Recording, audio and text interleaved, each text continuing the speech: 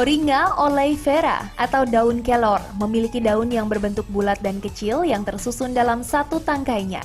Tanaman ini sangat populer di kalangan para ibu. Banyak masyarakat yang mengolah tanaman daun kelor ini sebagai obat. Seperti yang dilakukan oleh Ibu Wati yang rajin mengkonsumsi sayur daun kelor sebagai obat alternatif penurun kolesterolnya.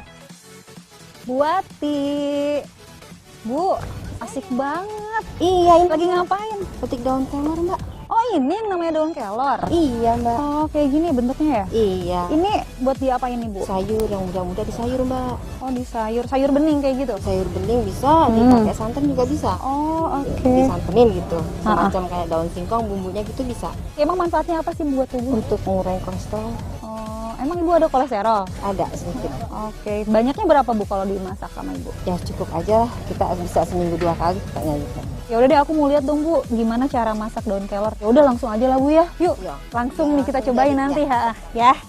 Oke. Nah pemirsa, banyak loh mitos dan fakta dari daun kelor tersebut. Mari kita ikuti pembahasannya bersama dokter spesialis farmakologi berikut ini. Pemirsa, kadar gula tinggi atau hiperglikema adalah kondisi di mana kadar glukosa dalam tubuh mengalami peningkatan. Banyak faktor yang dapat menyebabkan meningkatnya kadar gula dalam tubuh. Salah satunya adalah mengkonsumsi makanan dengan lemak yang tinggi. Namun, fakta atau mitos ya, dengan mengkonsumsi daun kelor dapat menurunkan kadar gula yang tinggi? Itu mitos. Sudah ada penelitiannya pada manusia. Jadi daun kelor ini dibandingkan dengan obat yang biasa dikonsumsi pada pasien diabetes tipe 2 dan hasilnya obat diabetes yang biasa dikonsumsi lebih baik dibandingkan daun kelor ini.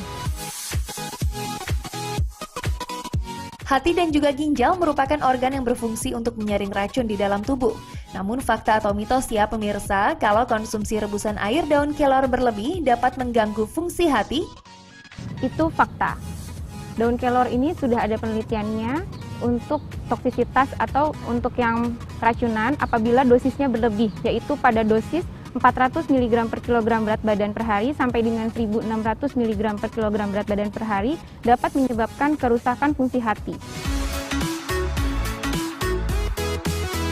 Peradangan pada sendi atau artritis merupakan suatu kondisi adanya inflamasi pada sendi. Gejala yang timbul dapat berupa nyeri, kemerahan, dan juga adanya sensasi hangat pada sendi. Memiliki riwayat cedera pada sendi dan juga usia lanjut merupakan salah satu indikasi adanya peradangan pada sendi. Nah, fakta atau mitos ya pemirsa, kalau daun kelor dapat mengurangi peradangan pada sendi? Itu juga mitos, karena belum juga ada penelitian yang jelas menyebutkan bahwa daun kelor ini sebagai obat untuk peradangan sendi. Tapi, memang ada penelitian yang menyebutkan daun kelor ini mengandung anti peradangan, sehingga dihubungkan juga untuk mengurangi sakit sendi akibat peradangan sendi. Mata adalah jendela dunia. Namun, apa jadinya ya pemirsa jika mata mengalami gangguan? Banyak hal yang dapat membuat mata menjadi rusak.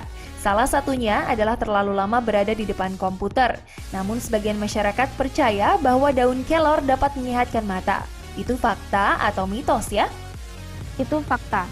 Daun kelor ini sudah diuji dalam laboratorium mengandung vitamin A yang tinggi sehingga dia dapat menjaga kesehatan mata.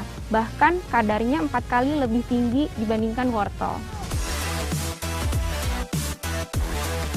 Demam adalah kondisi suhu tubuh di atas 38 derajat Celcius. Salah satu penyebabnya adalah dikarenakan adanya infeksi bakteri dan juga virus. Fakta atau mitos ya, kalau daun kelor dapat menurunkan demam? Itu mitos. Sampai saat ini belum ada penelitian yang menyebutkan jelas bahwa daun kelor dapat sebagai obat demam pada manusia.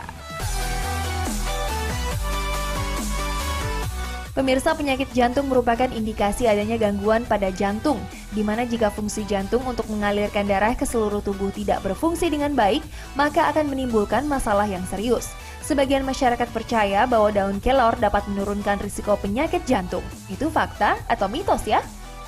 Fakta, karena daun kelor ini mengandung antioksidan yang tinggi.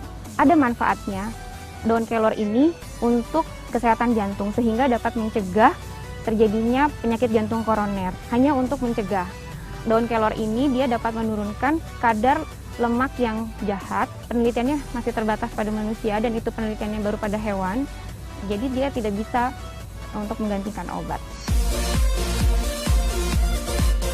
Pemirsa, untuk mendapatkan manfaat dari mengkonsumsi daun kelor, yuk kita simak tips dari dokter berikut ini.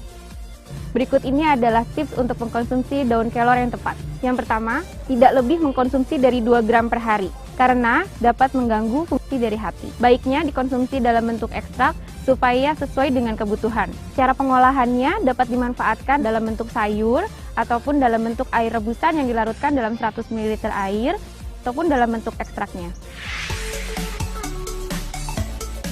Nih Mbak Lin kayaknya udah matang nih.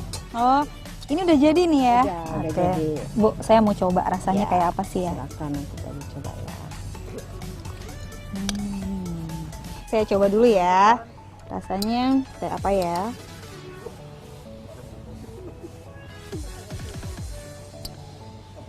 Rasanya tuh nggak jauh beda dengan kayak kita makan sayur katuk ya, sayur bayam juga ya. Ini juga tadi ternyata masaknya cuman kayak airnya direbusin doang, terus nggak lama langsung mateng. Jadi karena kalau ternyata dimasak terlalu lama, kandungan gizinya juga takut hilang gitu. Nah pemirsa, ternyata untuk sehat itu nggak perlu mahal. Kita bisa menggunakan segala sesuatu yang ada di sekitar kita.